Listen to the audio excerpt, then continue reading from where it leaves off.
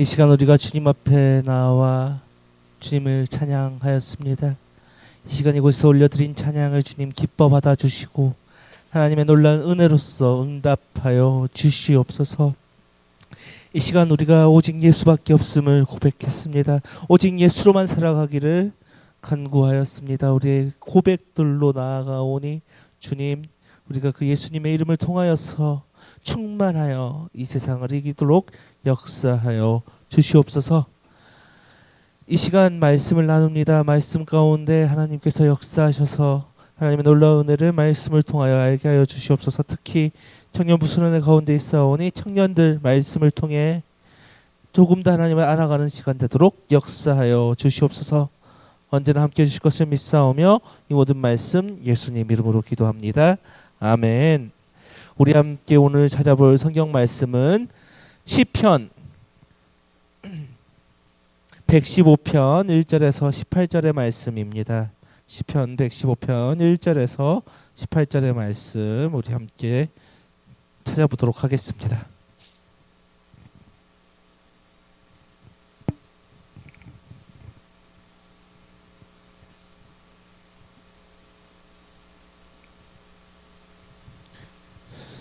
제가 가진 성경으로는 신약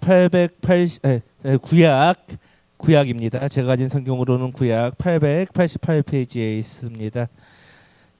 다 찾으신 줄 알고 우리 한 목소리로 함께 봉독하겠습니다.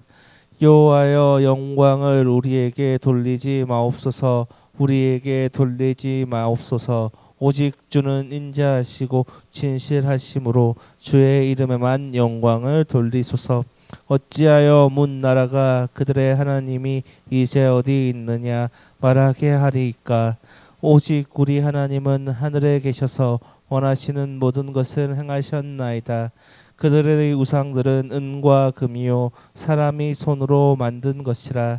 입이 있어도 말하지 못하며 눈이 있어도 보지 못하며 귀가 있어도 듣지 못하며 코가 있어도 냄새 맡지 못하며 손이 있어도 만지지 못하며 발이 있어도 걷지 못하며 목구멍이 있어도 작은 소리조차 내지 못하느니라.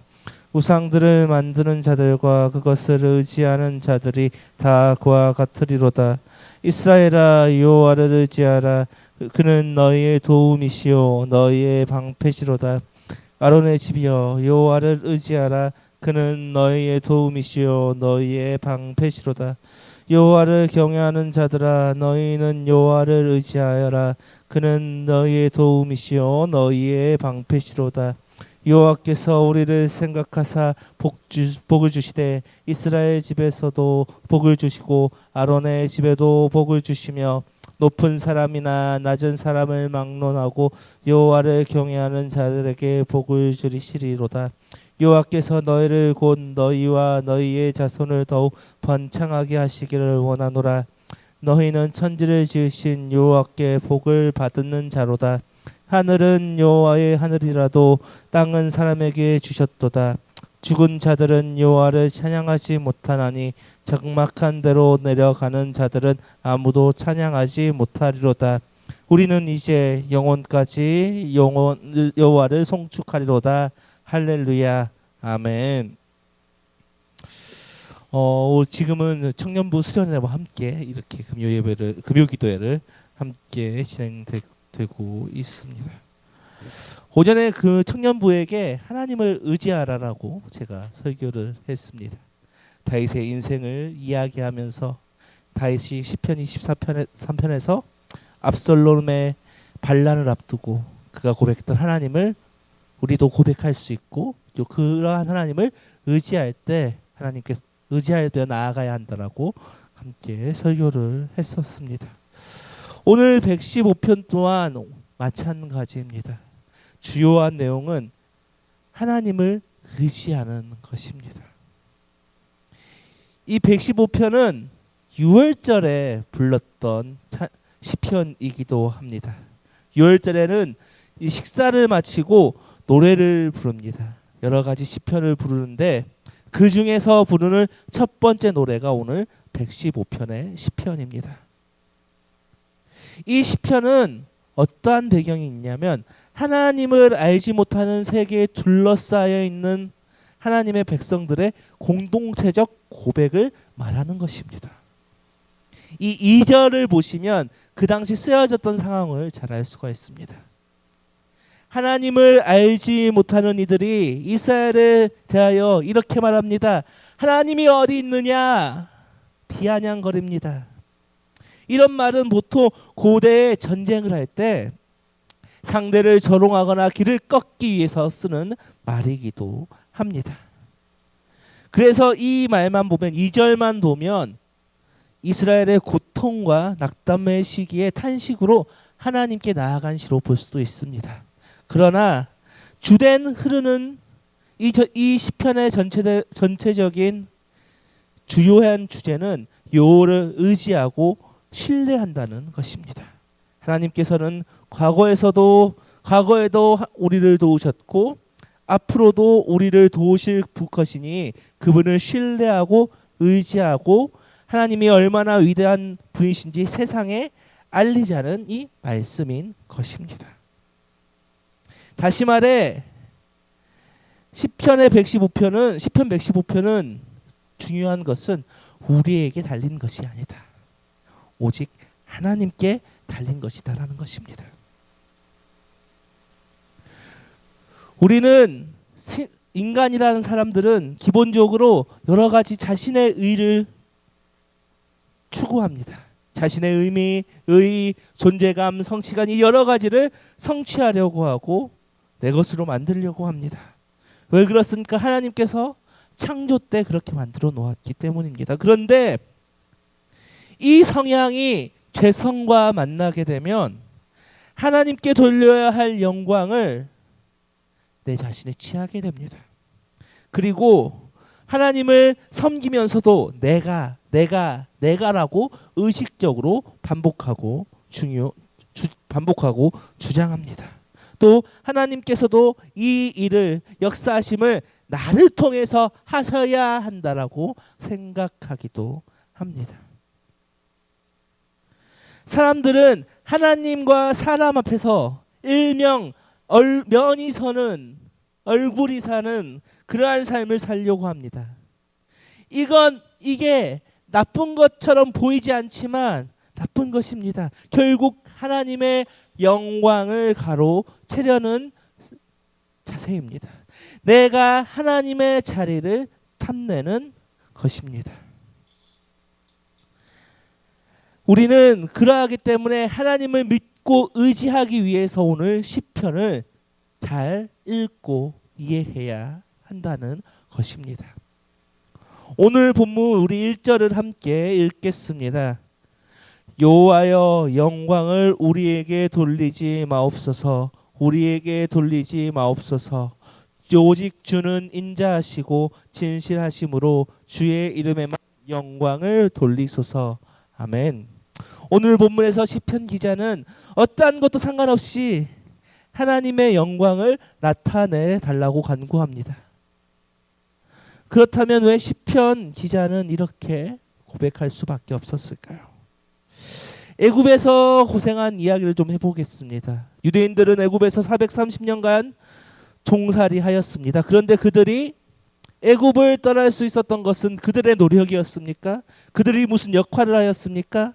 아닙니다. 오직 하나님의 주권으로 그들은 출애굽할 수 있었습니다. 이스라엘 백성들은 그 누구도 기여하지 않았습니다. 오직 하나님이 의지하셨기 때문에 하나님이 그들을 출애굽하시기로 마음 먹었기 때문에 그들은 출애굽할 수 있었습니다.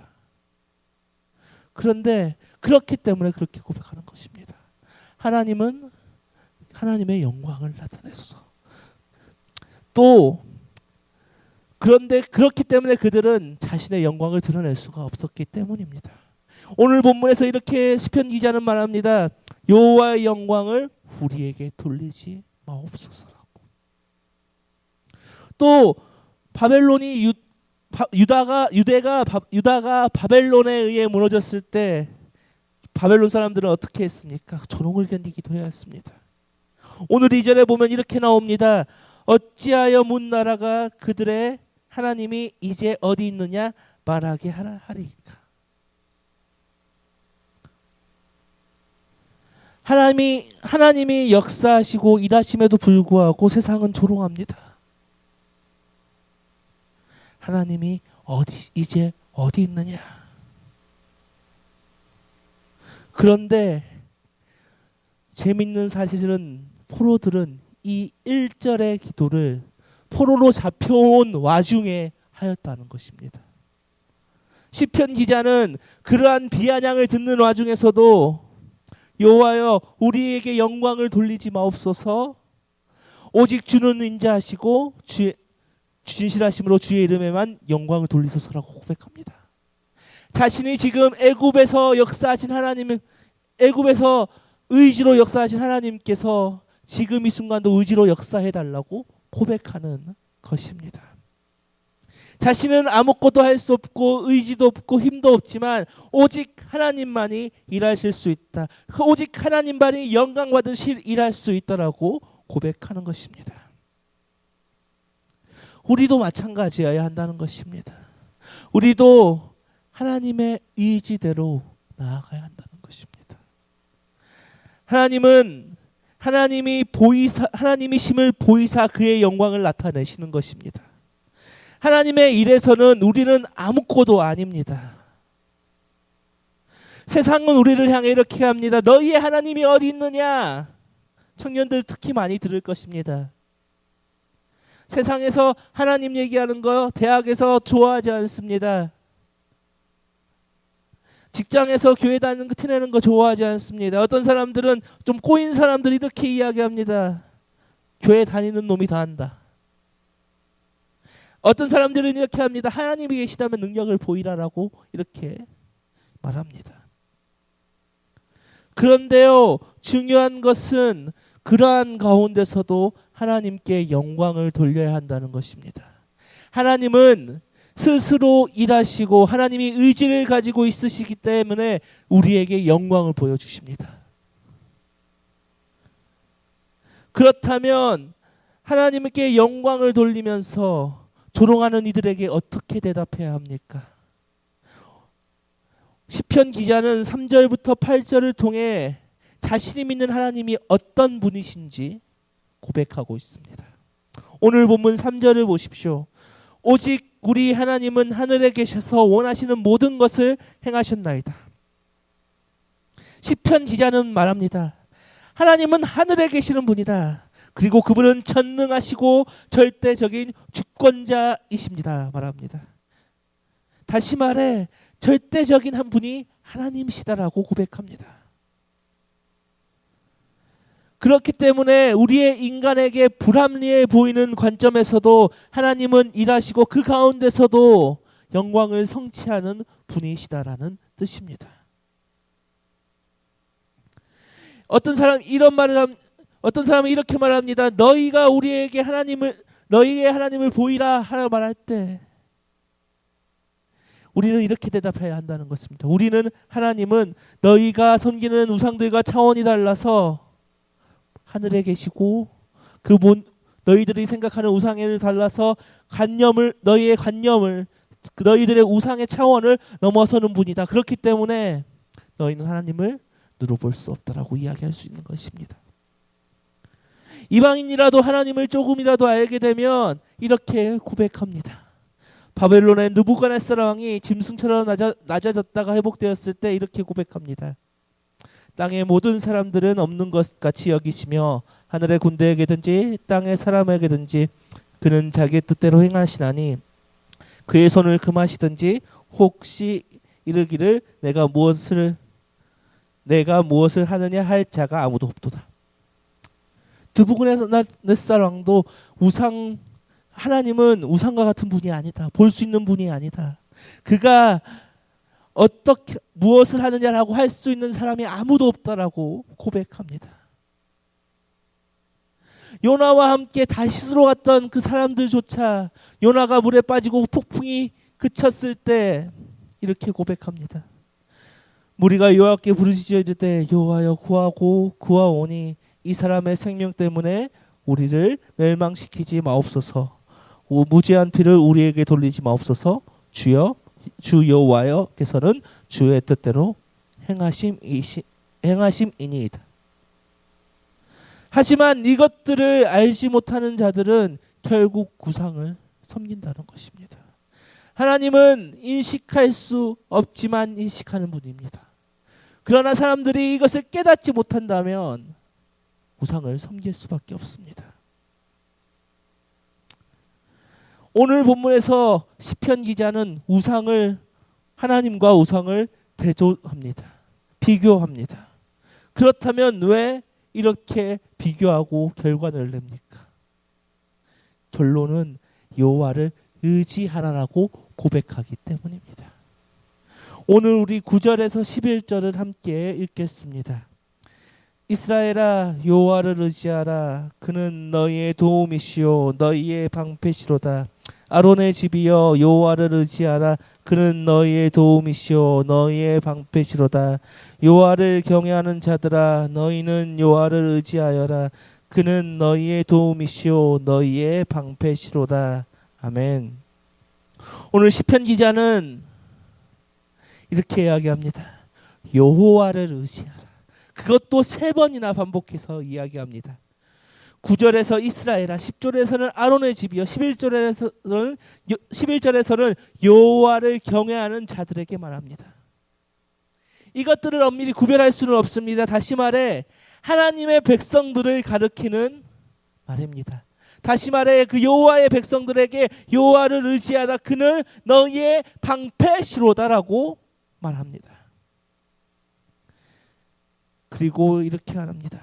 하나님은 입과 목구멍이 있어도 말 못하는 우상들처럼 잠잠하지 않으시고 말씀하십니다. 이것은 하나님의 뜻이고 명령입니다. 왜 하나님은 3번이나 이렇게 여호와를 의지하라라고 말합니까? 그것이 뜻이기 때문입니다. 그것이 하나님의 하나님의 뜻이기 때문입니다.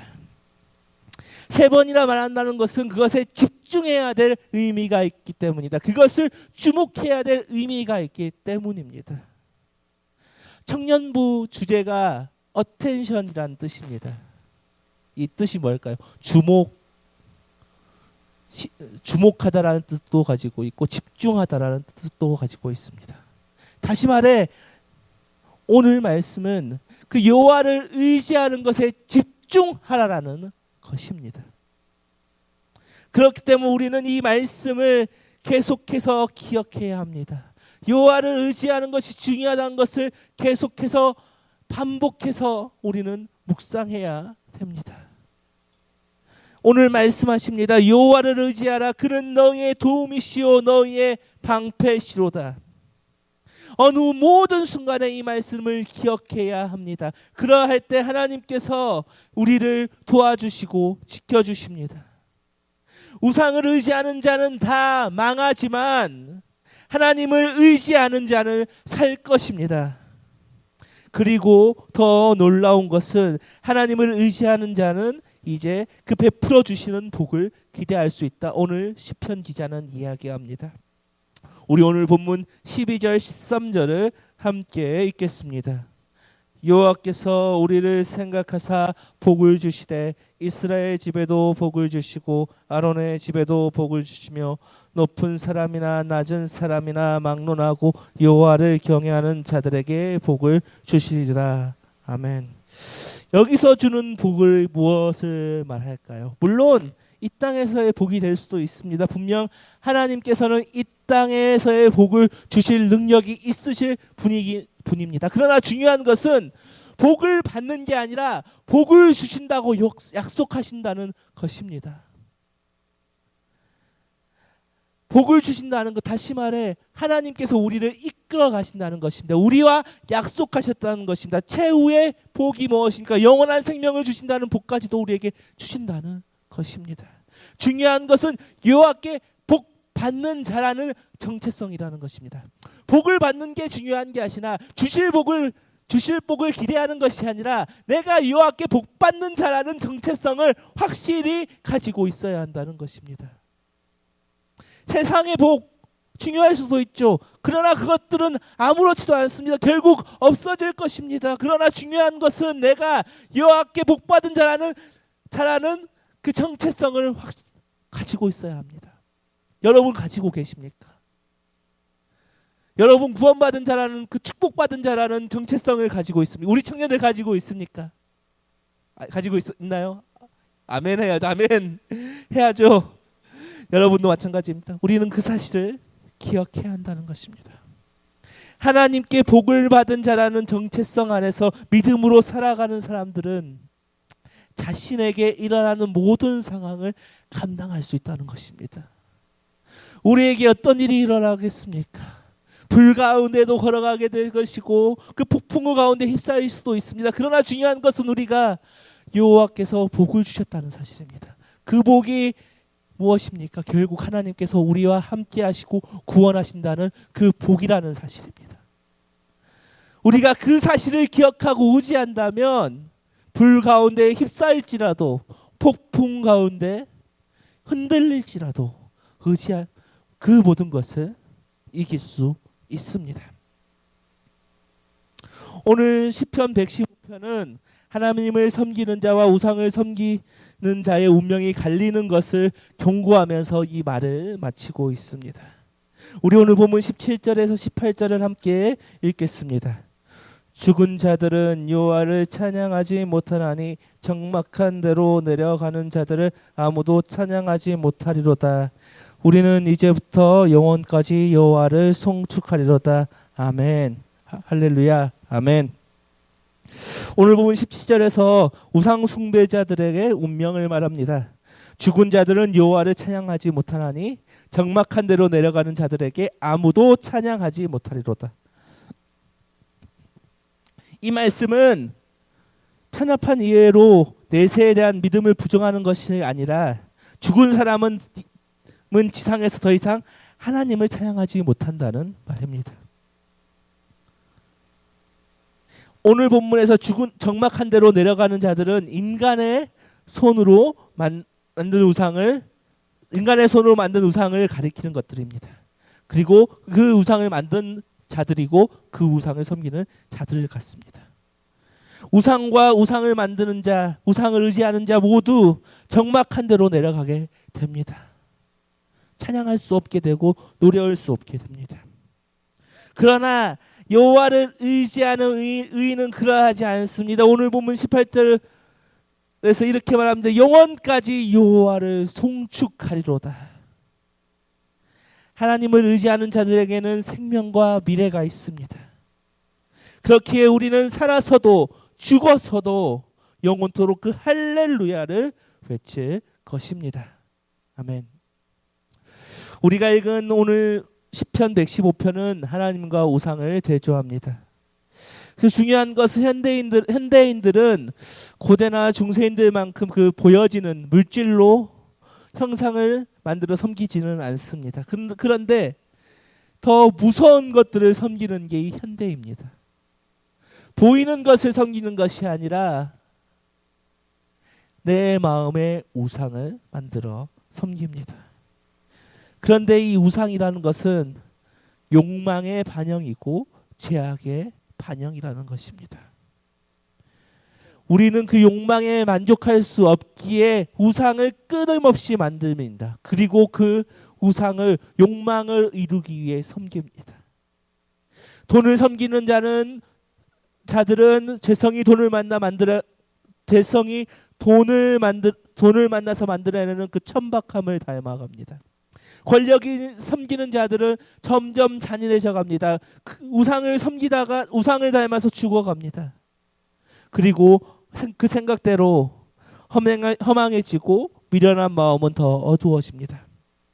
결국 하나님의 영광을 죄다 우상으로 바꿔버리고 죄악에서 벗어나지 못합니다. 왜입니까? 우상 숭배자들은 자신들에게 요구하는 하나님이 아니라 자신들을 섬겨주는 하나님을 원했기 때문입니다. 하지만 하나님은 인간의 제약된 욕망에 따라 일하지 않으십니다. 도리어 우리의 제약된 욕망을 하나님의 향한 선한 마음으로 바꾸어 주십니다. 우리의 욕망을 거절하시고 꺾으심으로써 그렇게 하십니다. 그렇게 우리는 우리가 섬기는 하나님을 닮아 점점 지혜로운 자로 변화되고 그 선하심을 닮아가게 됩니다. 축복의 본질이 무엇입니까? 내가 원하고 바라는 선물들을 소유하는 것입니까? 아닙니다.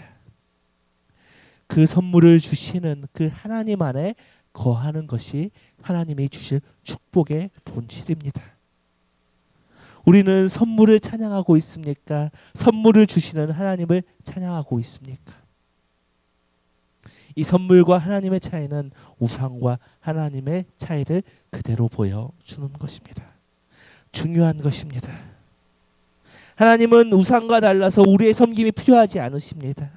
우리에게 달린 게 아니십니다. 하나님은 우리가 변호해 드려야 하는 분이 아닙니다. 하나님은 당신의 이름을 아끼셔서 당신의 이름의 영광을 돌리려고 행하십니다. 모든 것은 하나님께 달려 있는 것입니다. 우리가 하나님께 영광을 기여할 것은 아무것도 없습니다.